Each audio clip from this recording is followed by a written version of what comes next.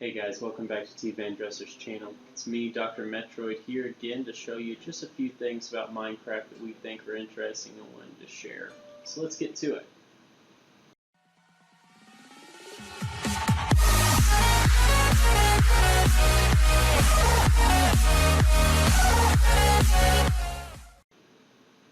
Alright guys, today's video is going to be all about water sources, and water flow. So I hope you find this interesting. It's something that is very simple, but it's something you need to know how to do. You know, understand how it works, and it's once you get it down, you can make some amazing stuff with flowing water and flowing lava. So let's get to it. So as you can see here, we have a water source block.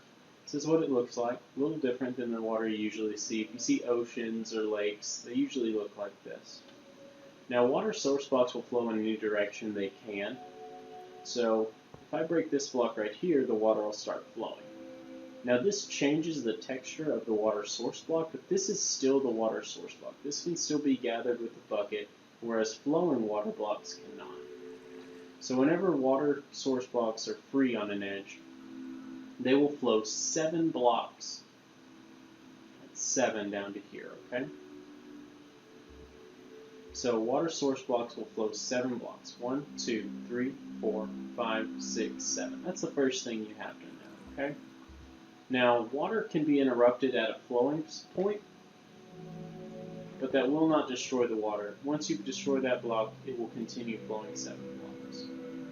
But if you interrupt water at its source and then break it, your water is gone, unless you introduce new water using a bucket.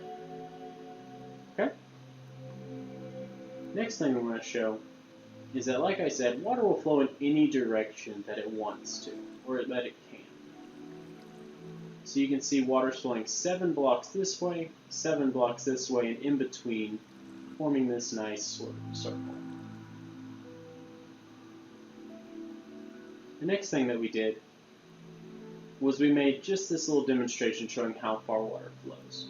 So this glowstones at the primary level of our source blocks, these show how high we went. So if you put water at the level of this white piece of wool, put a water source block there, it will create this white circle. So water source blocks on the ground will flow 7 blocks. If you elevate water 1 block or any blocks above that, so these red or green blocks, if any of those are replaced with a water source block, they'll actually flow 8 blocks instead of 7. This is a little different, but it's a useful mechanic to know and to get used to. We did the same thing with lava. Lava will flow 3 blocks in any direction when freed, and 4 when elevated any blocks. Another thing to keep in mind is that lava flows a lot slower than water. So just if you're mining, don't panic if you see it. Just back up and block its path. Here's another thing I like to do in my survival world. Any underground base that I have, I like to have an infinite water source. You make an infinite water source by putting water in 2 corners flowing into each other. So you can see here, if I interrupt that or used a bucket to collect this water, it would just always refill and create a new water source. It's important to know that this will not work with lava. Lava does not flow into itself and make a source lava. It just continues to be a flowing lava block. Now, like I said, you can interrupt this. Sorry guys. You can interrupt this anywhere in the center, and it'll recreate that source block. But you cannot interrupt this at one of the original source blocks, so you'll just get 2 flowing water blocks. So remember, always collect from your infinite water source in the middle. Alright guys, the next thing I wanted to show you is just a simple water elevator. These are useful in XP farms and mob farms. They're not really useful for players just because they're so slow. If you want a really efficient elevator, I would suggest either using a slime elevator, or if you're really early in game, you can make a minecart elevator just by placing minecarts above each other and then clicking through them. It's actually really efficient. You can find lots of cool videos online. So, this is how it works. Mobs, generally, will float to the surface of any water source. They'll swim up. So if you place a mob at the bottom, or if you have like a mob spawner that flows water through here to this spot, mobs will fall into this area and they'll just swim upwards. They won't drown because they'll be getting air between each one of these blocks, but because of the mechanics, they will float all the way to the top.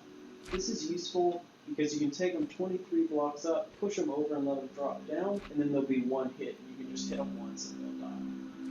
So let's just demonstrate this.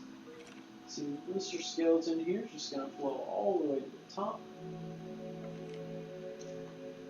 And then, of course, you can put water flowing sideways, have it float over, and drop back down. We don't have that, but so that's a water elevator. Like I said, it's really slow, not very effective for players, but it's great for mob farms and XP farms. Show it to you one more time.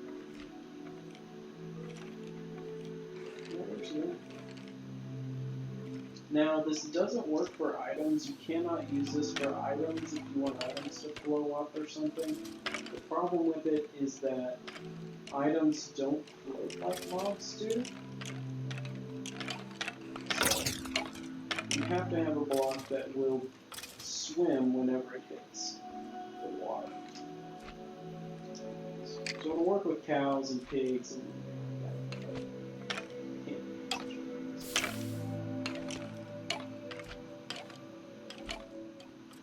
Alright guys, the next thing I want to show you is what happens when water and lava are flowing and meet each other. So you can see this first lane here.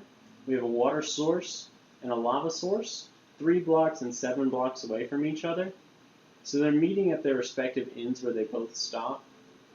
As you would expect, nothing happens because these blocks aren't actually meeting, they're stopping before they get to each other. If you move the lava source one closer where you meet a flowing lava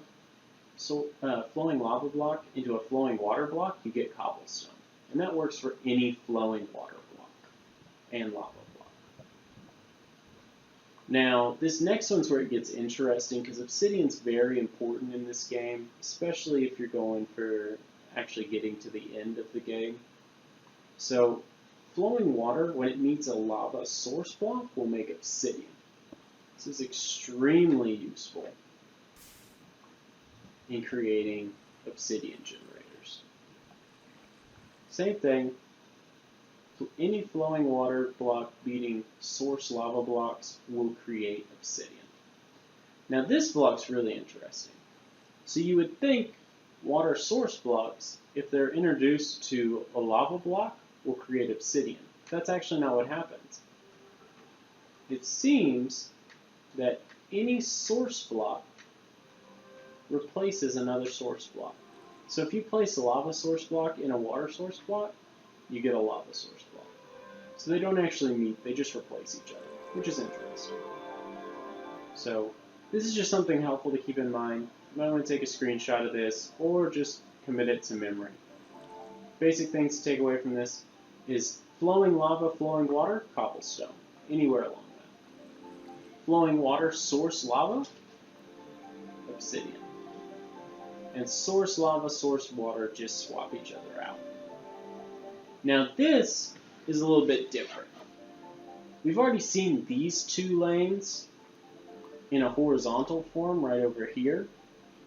It's going to be flowing water meeting source lava, flowing water meeting flowing lava. So we would expect cobblestone here and obsidian here. This next one's a little bit more interesting, and why we actually made this display is so that we can get flowing lava going into source water and flowing lava going into flowing water. So let's see what happens when we flip this switch and these actually flow down. Oops, I meant to flip the switch. But that's alright, we'll still see what happens. Just block off this source. Alright guys, so like we expected, flowing water, source lava makes obsidian. Flowing water, flowing lava makes cobblestone.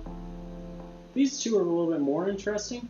Flowing lava meeting any water block, whether it be a source block or a flowing block, will make stone instead of cobblestone.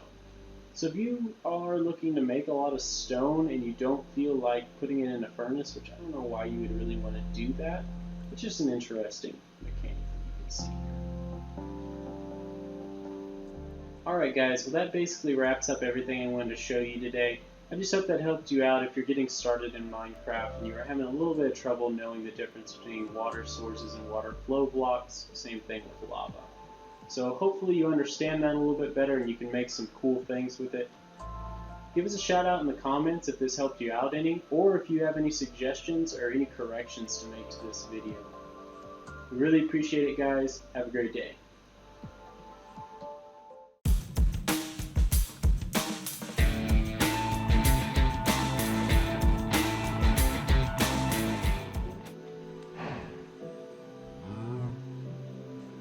It's too small. It looks like he's trying, but he doesn't fit.